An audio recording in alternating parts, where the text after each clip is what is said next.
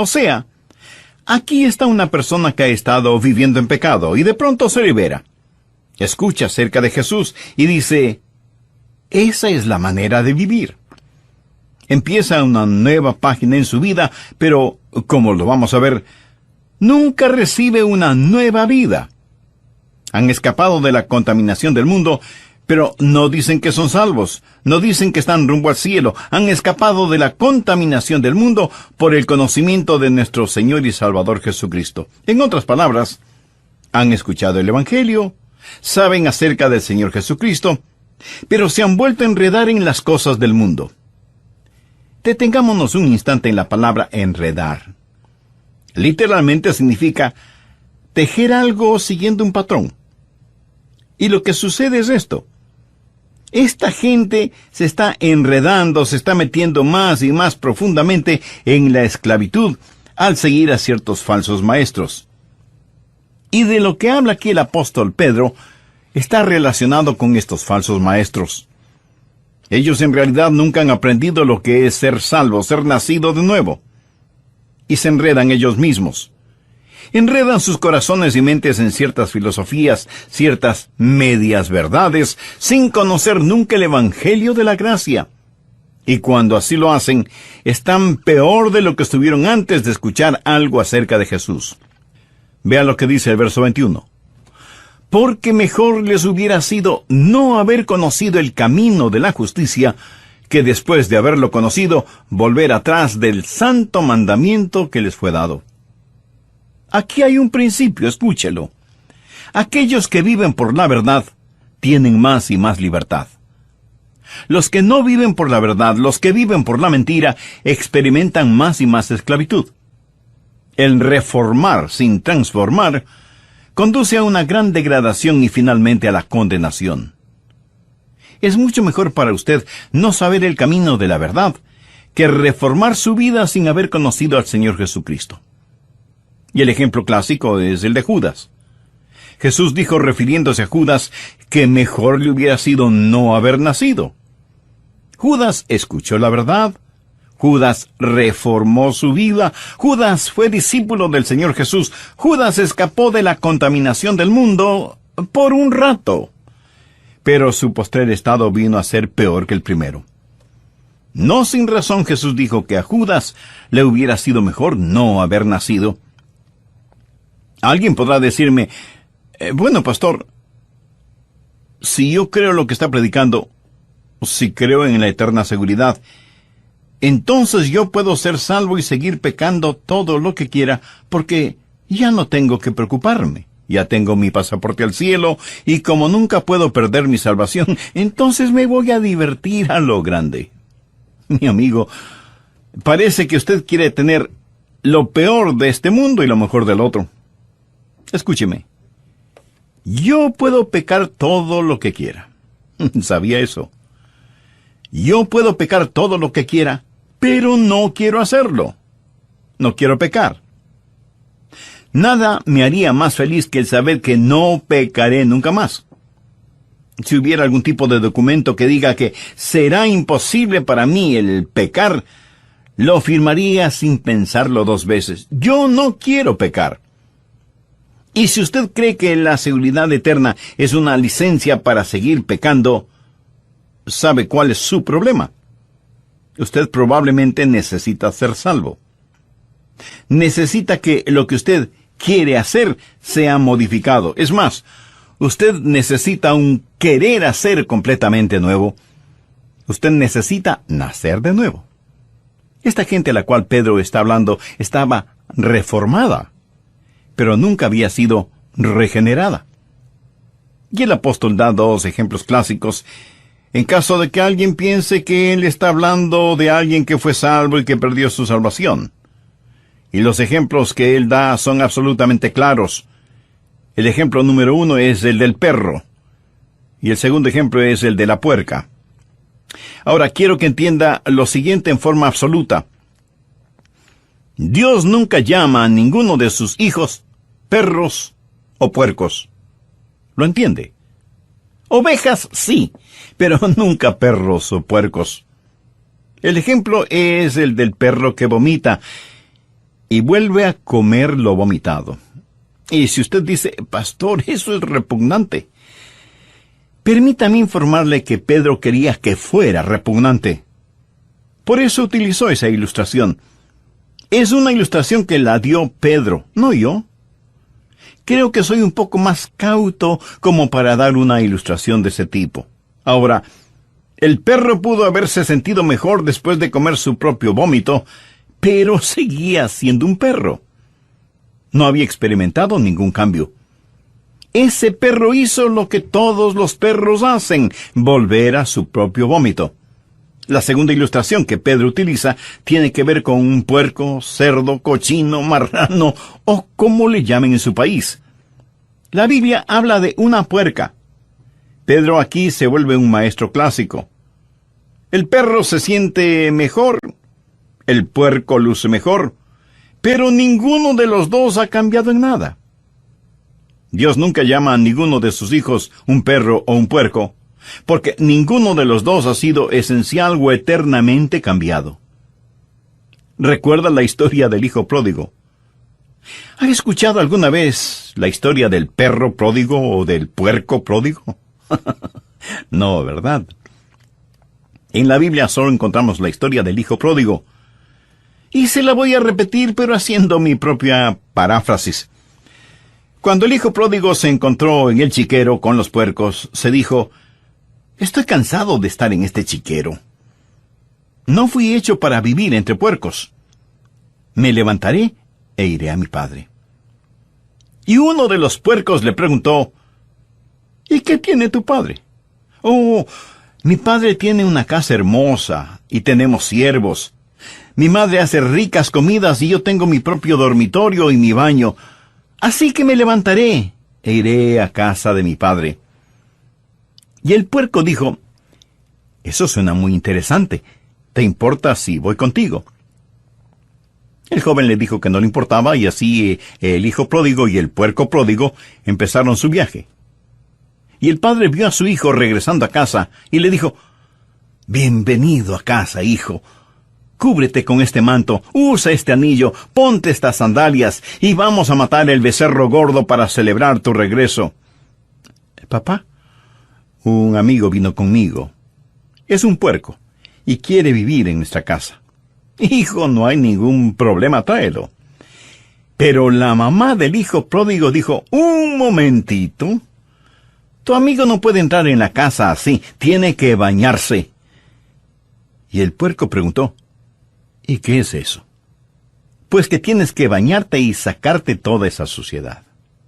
Y lo bañaron, y le sacaron toda la suciedad de encima. Luego le dijeron que tenía que aprender algunos modales, que para comer tenía que ponerse una servilleta bajo la quijada, y que tenía que aprender a sentarse junto a la mesa y usar la cuchara, el cuchillo y el tenedor.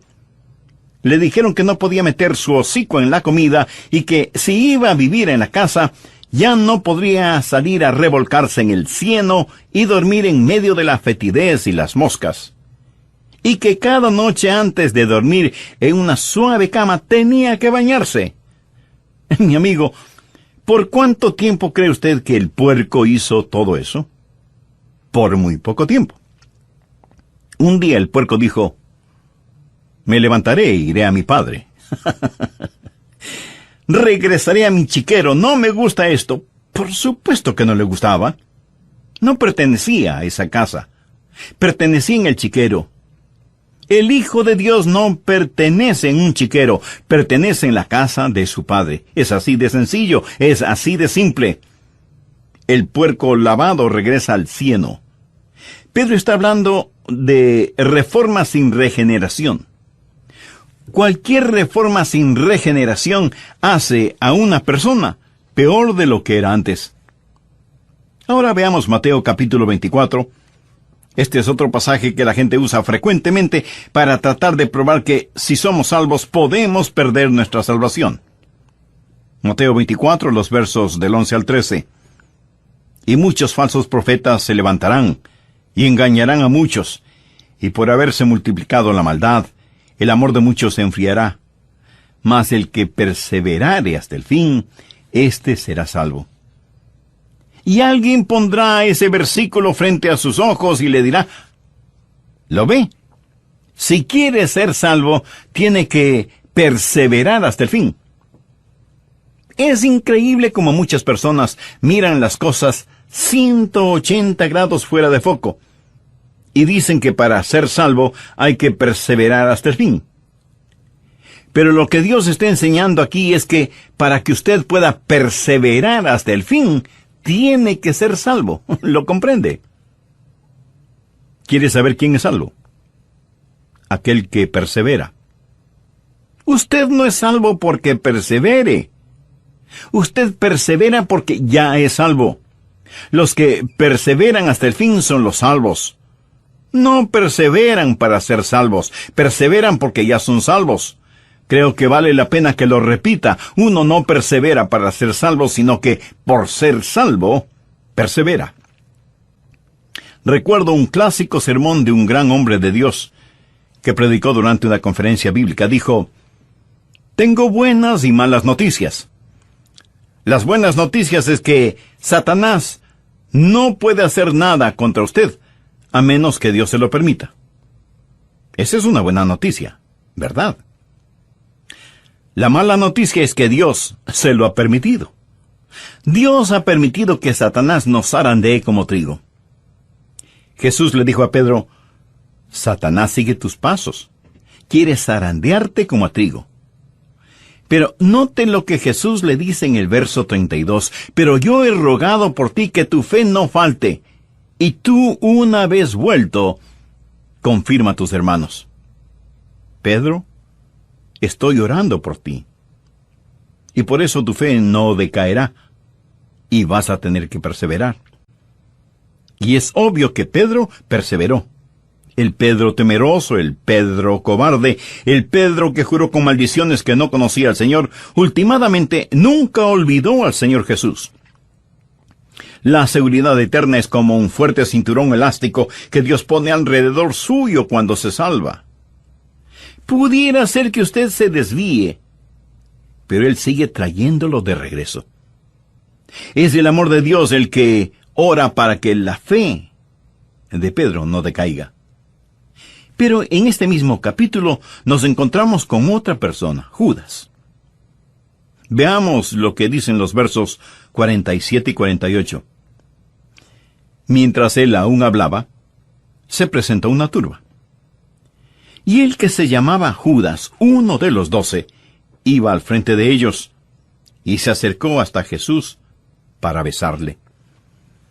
Entonces Jesús le dijo, Judas, ¿con un beso entregas al Hijo del Hombre? Pedro y Judas en el mismo capítulo. Ahora, honestamente, si usted y yo hubiéramos estado ese día ahí, y no hubiéramos sabido absolutamente nada del trasfondo, nada acerca de nadie, ni de la negación de Pedro, ni de la traición de Judas, y tuviéramos a Pedro y Judas delante de nosotros, ¿cuál de los dos escogeríamos si tuviéramos que escoger? ¿Cuál de ellos diríamos que es salvo? Me atrevo a decir que la mayoría de nosotros escogeríamos a Judas y no a Pedro. Quiero decir, Pedro siempre estaba en problemas. Como se dice vulgarmente, siempre estaba metiendo la pata. Siempre impetuoso, siempre explosivo. Y diríamos que este viejo lobo del mar, este rudo pescador, no era salvo. Ahora con Judas la cosa es diferente. Pero ¿por qué diríamos que Judas era salvo? Pues por simple deducción. ¿A quién nombra usted de tesorero? Pues a la persona en la que más confía. Correcto. Judas era la persona que tenía la funda con el dinero. ¿Por qué confiaban en él? Cuando Jesús dijo que uno de ellos le traicionaría, ninguno de ellos dijo, tiene que ser Judas. Nadie sospechaba de Judas. ¿Perseveró Judas? Por supuesto que no perseveró. Traicionó al Señor Jesús, no buscó el perdón de Dios, se suicidó y con toda seguridad está en el infierno. Busquemos ahora Juan 6:64. Jesús dijo, pero hay algunos de vosotros que no creen. Y está haciendo referencia a quienes estaban a su alrededor. Jesús sabía desde el principio quiénes eran los que no creían y quién le había de entregar. ¿Cree usted que todas estas cosas sorprendieron a Jesús? ¿Cree usted que él dijo, ¿cómo pude haber escogido a Judas, en quien confié, y ahora me traiciona? No, mi amigo, Jesús escogió a Judas sabiendo lo que iba a suceder. Jesús supo que Judas nunca creyó en él. Veamos lo que dicen los versos 70 y 71 de este mismo capítulo 6 del Evangelio de Juan. Jesús les respondió, ¿no os he escogido yo a vosotros los 12, y uno de vosotros es diablo? Hablaba de Judas Iscariote, hijo de Simón, porque este era el que le iba a entregar, y era uno de los 12.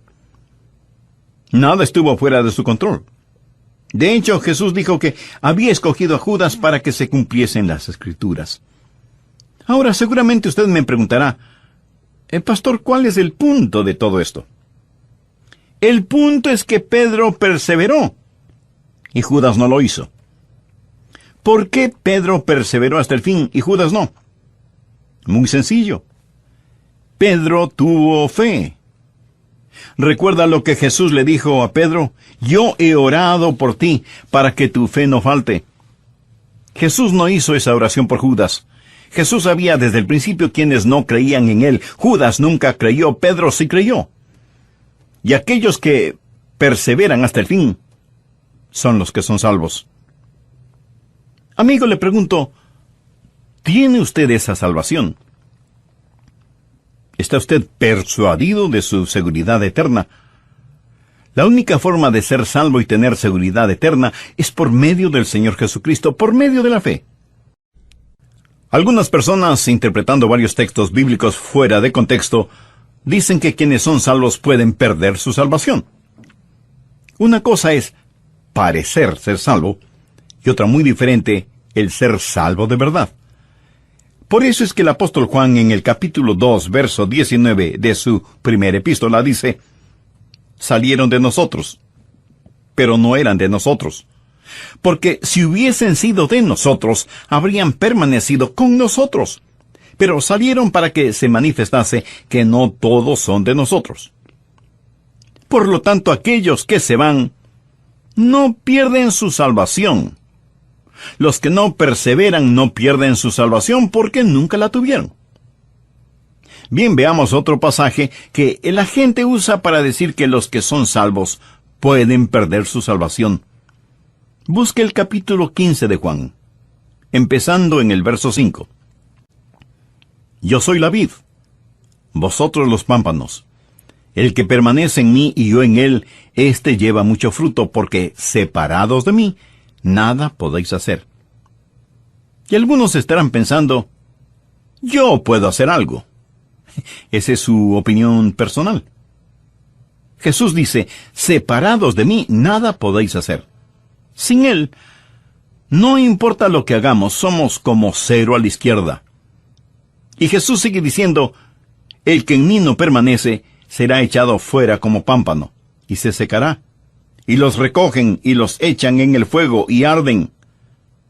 Si permanecéis en mí y mis palabras permanecen en vosotros, pedid todo lo que queréis, y os será hecho. En esto es glorificado mi Padre, en que llevéis mucho fruto, y seáis así mis discípulos. Y alguien dirá, bueno, este es un cuadro de alguien que estuvo en Cristo, y sin embargo es separado de Cristo. Es lanzado al fuego y allí arde. Permítame decirle que aquí el Señor Jesucristo no está hablando de ninguna manera acerca de la salvación. Está hablando acerca de llevar fruto. Y está usando una ilustración, una metáfora.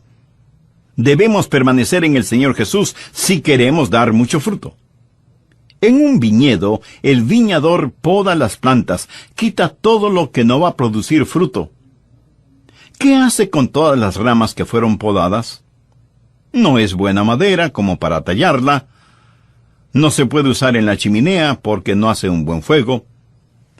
Lo único que se puede hacer es quemarlas.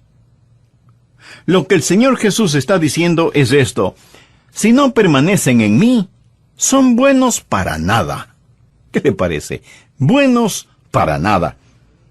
¿Es usted un cristiano bueno para nada? Escuche, él no está hablando ni del cielo, ni del infierno, ni de la salvación. Está hablando acerca de llevar fruto. Es lo mismo que el apóstol dijo: no quiero ser un inútil, una persona buena para nada. Nunca trate de sacar su teología de una metáfora, de una ilustración.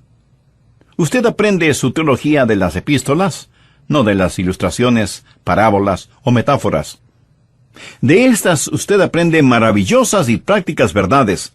Si como creyentes vamos a dar frutos, necesitamos permanecer en el Señor Jesucristo. Veamos algo más en Hebreos capítulo 6. He dejado esto para lo último porque esto es lo que mucha gente usa para realmente probar que de alguna manera podemos perder nuestra salvación. En esta porción, el autor de Hebreos está hablando de una imposibilidad. Dice que hay algo que es imposible. Hebreos 6, desde el verso 4. Porque es imposible que los que una vez fueron iluminados y gustaron del don celestial, y fueron hechos partícipes del Espíritu Santo, y asimismo gustaron de la buena palabra de Dios y los poderes del siglo venidero, y recayeron, sean otra vez renovados para arrepentimiento, crucificando de nuevo para sí mismos al Hijo de Dios y exponiéndole al vituperio. Y de inmediato da una ilustración. Porque la tierra que bebe la lluvia que muchas veces cae sobre ella, y produce hierba provechosa a aquellos por los cuales es labrada, recibe bendición de Dios. Pero la que produce espinos y abrojos es reprobada, está próxima a ser maldecida, y su fin es el ser quemada. Pero en cuanto a vosotros, oh amados, estamos persuadidos de cosas mejores que pertenecen a la salvación, aunque hablamos así. Volvamos al versículo 4. Algo es imposible. Dice que es imposible para cierta clase de personas, si es que hacen algo incorrecto, el ser renovadas para arrepentimiento. Ahora quiero decirle que si usted usa esta porción de Hebreos para probar que una persona puede perder su salvación, para usted puede que pruebe demasiado. Pero en realidad, ¿qué prueba? Prueba que usted una vez fue salvo y perdió su salvación. Si esa es la forma en que usa ese versículo. Pero también prueba que usted nunca podrá volver a ser salvo. Si cayeron, es imposible que sean renovados para arrepentimiento. Así que si usted no cree en que una vez salvo, siempre salvo, tiene que creer que 2 veces perdido, para siempre perdido. ¿Entiende de lo que estamos estudiando? Si usted utiliza este versículo de esa manera, tratando de probar que una persona salvada puede perder su salvación, si eso es lo que trata de probar, entonces siga adelante y sea honesto. Y dígales que una vez que pierden su salvación, nunca jamás podrán volver a ser salvos. Porque es imposible el ser renovados para arrepentimiento. Entonces, ¿de qué está hablando aquí? No está hablando de personas que han sido salvadas. Y si usted me pregunta, Pastor, ¿cómo sabe que no está hablando de personas que han sido salvas? Bueno, solo hay que leer el verso 9 que dice, pero en cuanto a vosotros, oh amados, estamos persuadidos de cosas mejores y que pertenecen a la salvación. ¿Lo ve? No está hablando aquí de gente salvada, está hablando de personas que vienen hasta el mismo umbral de la salvación y se regresan.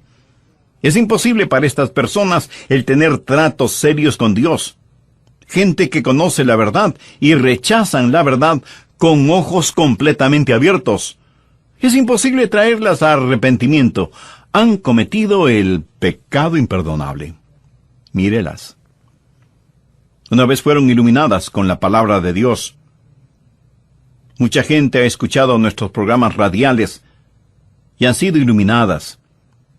Han saboreado el don espiritual, han sido hechas partícipes del Espíritu Santo, han gustado de la palabra de Dios y de los poderes del siglo venidero, han probado todo eso, pero se han apartado.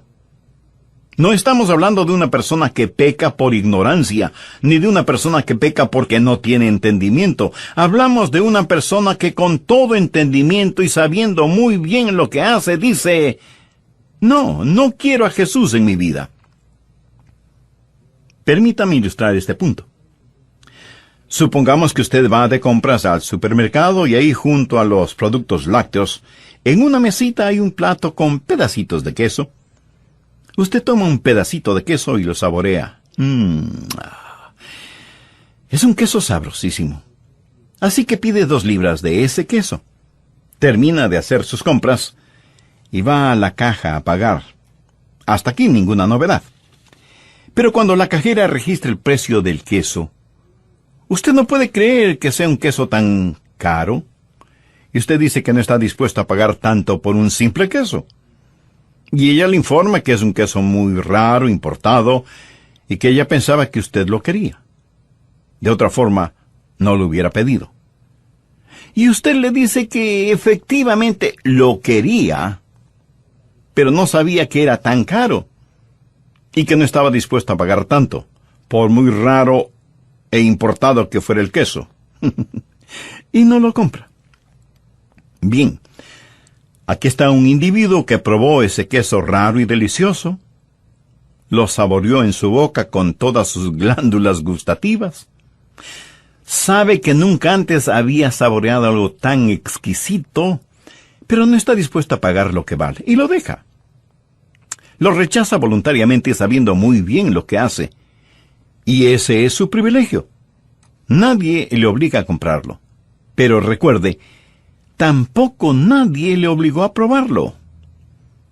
Ahora en Hebreos encontramos una ilustración, y me fascinan las ilustraciones de la Biblia que lo aclaran todo. Leamos nuevamente Hebreos 6, los versos 7 y 8.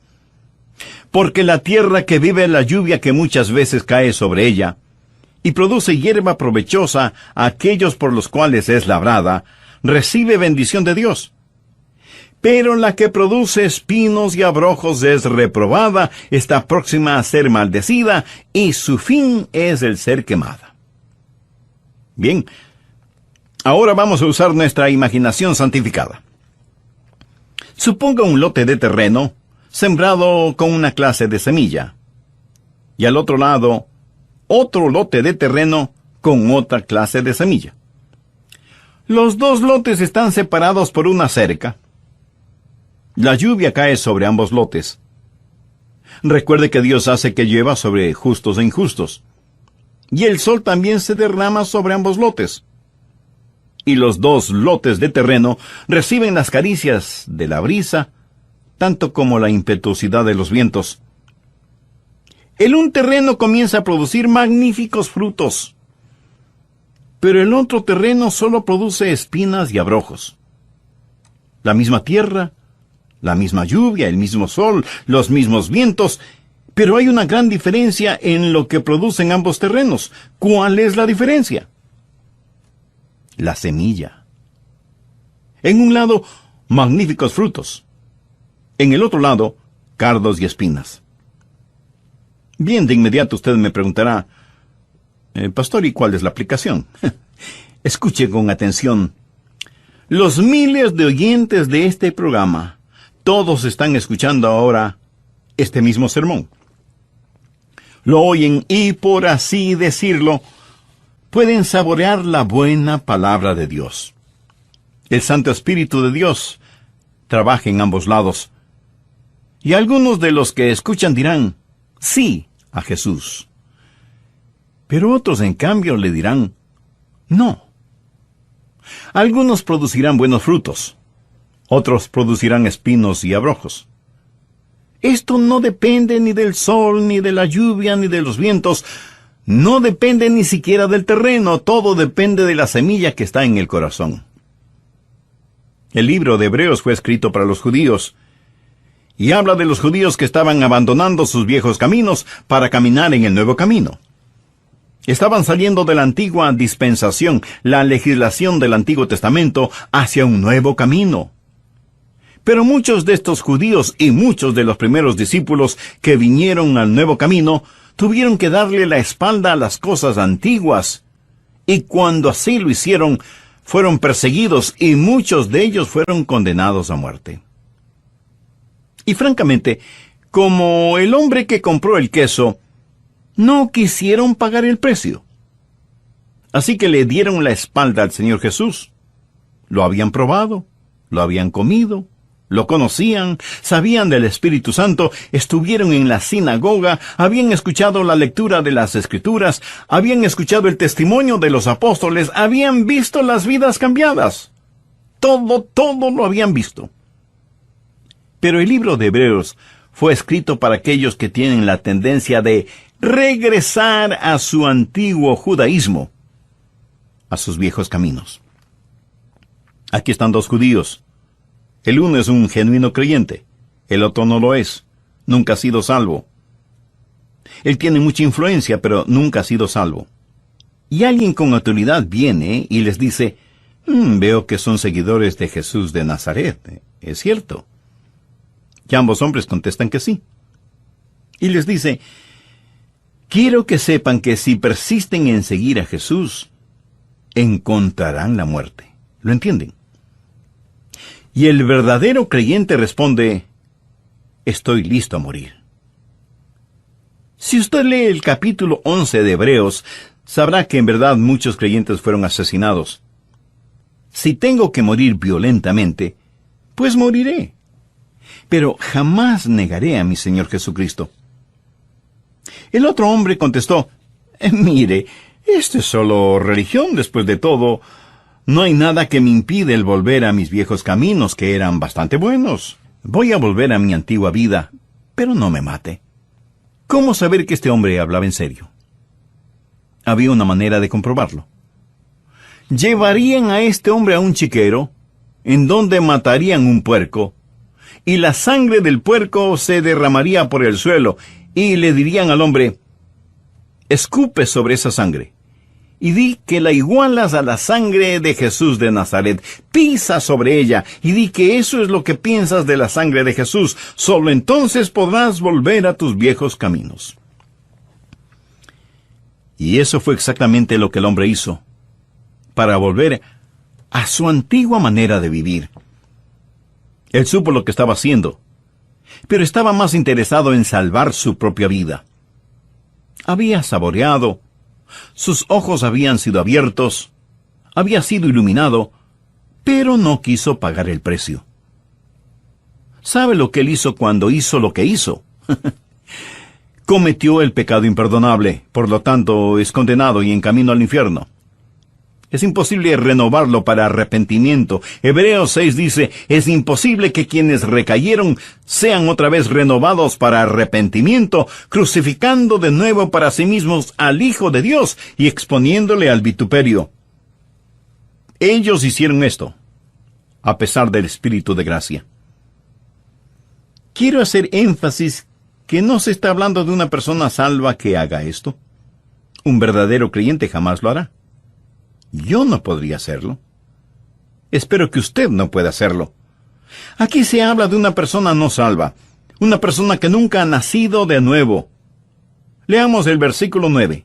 Pero en cuanto a vosotros, oh amados, estamos persuadidos de cosas mejores y que pertenecen a la salvación. El capítulo 6 de Hebreos, en mi opinión, no habla de una persona salva que se pierde. Si es eso lo que usted entiende, otra vez quiero decirle, sea honesto. Si usted no cree que una vez salvo, siempre salvo, de acuerdo a este versículo, entonces tiene que creer que 2 veces perdido, para siempre perdido. Porque es imposible para tales personas traerlas para una renovación de arrepentimiento. Y si alguien me pregunta, Pastor Rogers, si lo que dice es verdad, entonces, ¿qué del pecado en la vida de un hijo de Dios? Bien. Dios puede disciplinarlos, pero no para probar que están perdidos, sino para probar que son salvos. En el versículo 6 del capítulo 12 de Hebreos se nos dice: porque el Señor al que ama disciplina y azota a todo el que recibe por hijo. Cuando mi papá me disciplinaba, no era porque no me amaba. Antes, por el contrario, porque me amaba, me disciplinaba. Hebreos 12:8 dice: pero si se os deja sin disciplina, de la cual todos han sido participantes, entonces sois bastardos y no hijos. Eso es lo que Dios dice. ¿Qué significa todo esto para usted? Bueno, si usted es un hijo o una hija de Dios, ¿sabe que es salvo o salva? Entonces regocíjese, descanse en el amor de Dios y con genuina gratitud sírvale todos los días de su vida por haberle dado tan maravillosa salvación. Y si usted que me escucha hoy todavía no es salvo, ¿por qué no hace esa importante decisión ahora mismo? Si tiene ese deseo en su corazón, repita conmigo esta oración. Querido Dios, soy religioso, pero en verdad no tengo la seguridad de ser salvo y quiero tenerla.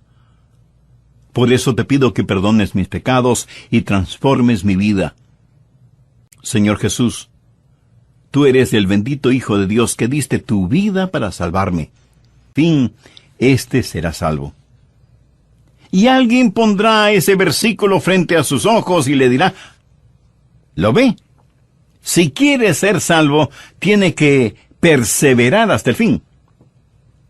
Es increíble cómo muchas personas miran las cosas 180 grados fuera de foco y dicen que para ser salvo hay que perseverar hasta el fin. Pero lo que Dios está enseñando aquí es que para que usted pueda perseverar hasta el fin, tiene que ser salvo. ¿Lo comprende? ¿Quiere saber quién es salvo? Aquel que persevera. Usted no es salvo porque persevere. Usted persevera porque ya es salvo. Los que perseveran hasta el fin son los salvos.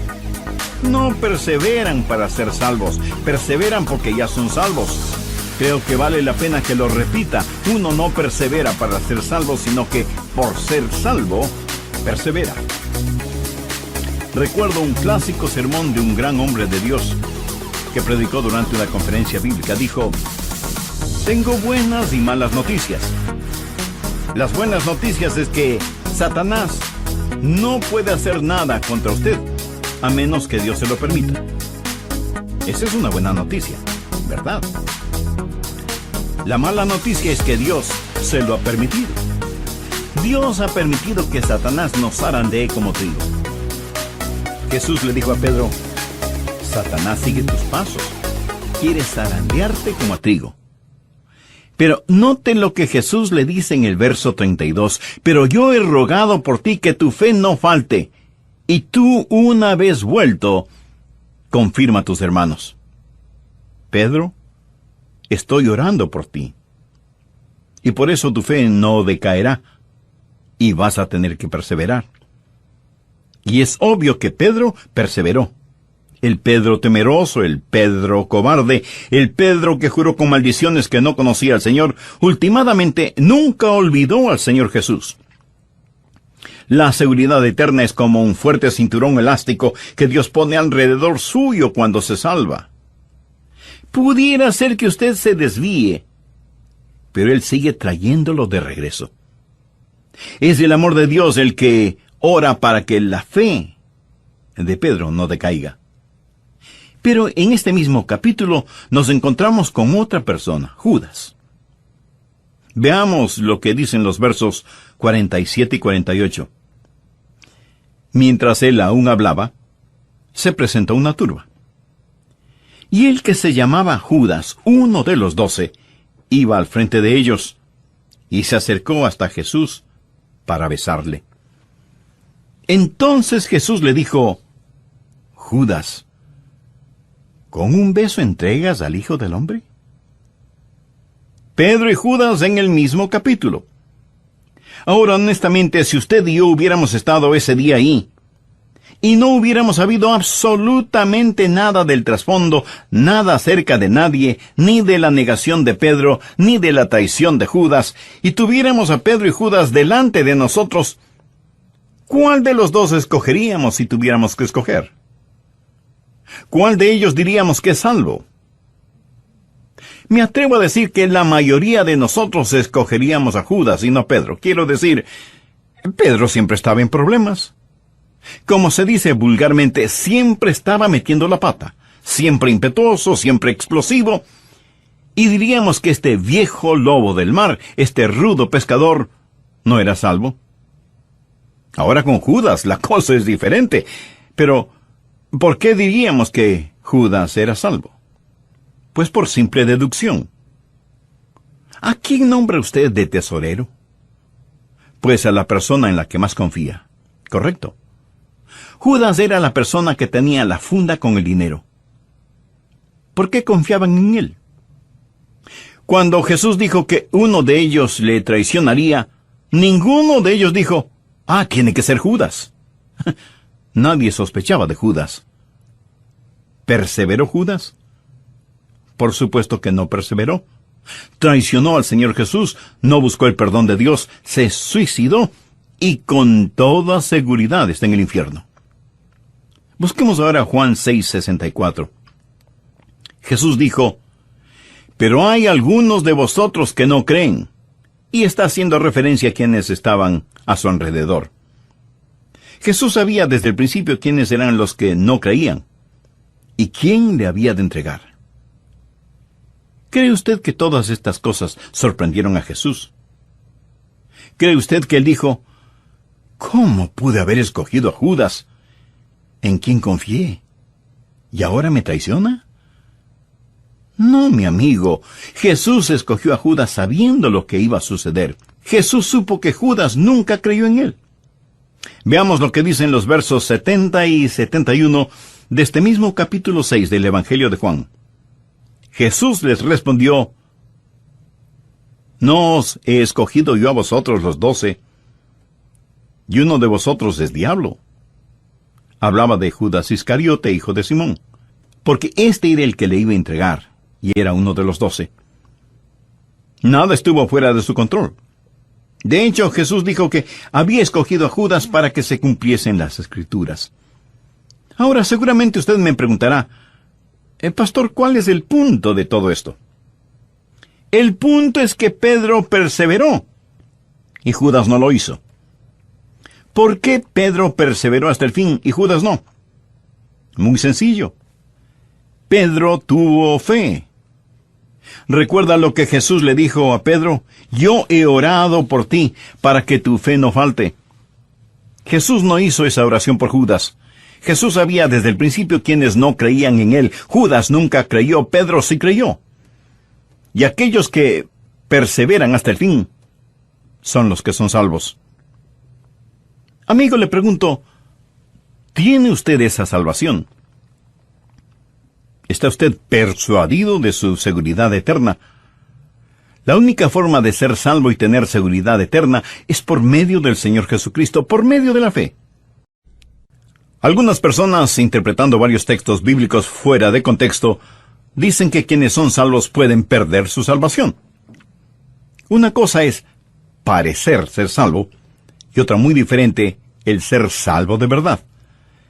Por eso es que el apóstol Juan en el capítulo 2, verso 19 de su primera epístola dice, salieron de nosotros, pero no eran de nosotros. Porque si hubiesen sido de nosotros, habrían permanecido con nosotros. Pero salieron para que se manifestase que no todos son de nosotros. Por lo tanto, aquellos que se van, no pierden su salvación. Los que no perseveran no pierden su salvación porque nunca la tuvieron. Bien, veamos otro pasaje que la gente usa para decir que los que son salvos pueden perder su salvación. Busque el capítulo 15 de Juan, empezando en el verso 5. Yo soy la vid, vosotros los pámpanos. El que permanece en mí y yo en él, éste lleva mucho fruto, porque separados de mí, nada podéis hacer. Y algunos estarán pensando, yo puedo hacer algo. Esa es su opinión personal. Jesús dice, separados de mí, nada podéis hacer. Sin Él, no importa lo que hagamos, somos como cero a la izquierda. Y Jesús sigue diciendo, el que en mí no permanece, será echado fuera como pámpano, y se secará. Y los recogen y los echan en el fuego y arden. Si permanecéis en mí y mis palabras permanecen en vosotros, pedid todo lo que queréis, y os será hecho. En esto es glorificado mi Padre, en que llevéis mucho fruto, y seáis así mis discípulos. Y alguien dirá, bueno, este es un cuadro de alguien que estuvo en Cristo, y sin embargo es separado de Cristo. Es lanzado al fuego y allí arde. Permítame decirle que aquí el Señor Jesucristo no está hablando de ninguna manera acerca de la salvación. Está hablando acerca de llevar fruto. Y está usando una ilustración, una metáfora. Debemos permanecer en el Señor Jesús si queremos dar mucho fruto. En un viñedo, el viñador poda las plantas, quita todo lo que no va a producir fruto. ¿Qué hace con todas las ramas que fueron podadas? No es buena madera como para tallarla. No se puede usar en la chimenea porque no hace un buen fuego. Lo único que se puede hacer es quemarlas. Lo que el Señor Jesús está diciendo es esto: si no permanecen en mí, son buenos para nada. ¿Qué le parece? Buenos para nada. ¿Es usted un cristiano bueno para nada? Escuche, Él no está hablando ni del cielo, ni del infierno, ni de la salvación. Está hablando acerca de llevar fruto. Es lo mismo que el apóstol dijo: no quiero ser un inútil, una persona buena para nada. Nunca trate de sacar su teología de una metáfora, de una ilustración. Usted aprende su teología de las epístolas, no de las ilustraciones, parábolas o metáforas. De estas usted aprende maravillosas y prácticas verdades. Si como creyentes vamos a dar frutos, necesitamos permanecer en el Señor Jesucristo. Veamos algo más en Hebreos capítulo 6. He dejado esto para lo último porque esto es lo que mucha gente usa para realmente probar que de alguna manera podemos perder nuestra salvación. En esta porción, el autor de Hebreos está hablando de una imposibilidad. Dice que hay algo que es imposible. Hebreos 6, desde el verso 4. Porque es imposible que los que una vez fueron iluminados y gustaron del don celestial, y fueron hechos partícipes del Espíritu Santo, y asimismo gustaron de la buena palabra de Dios y los poderes del siglo venidero, y recayeron, sean otra vez renovados para arrepentimiento, crucificando de nuevo para sí mismos al Hijo de Dios y exponiéndole al vituperio. Y de inmediato da una ilustración. Porque la tierra que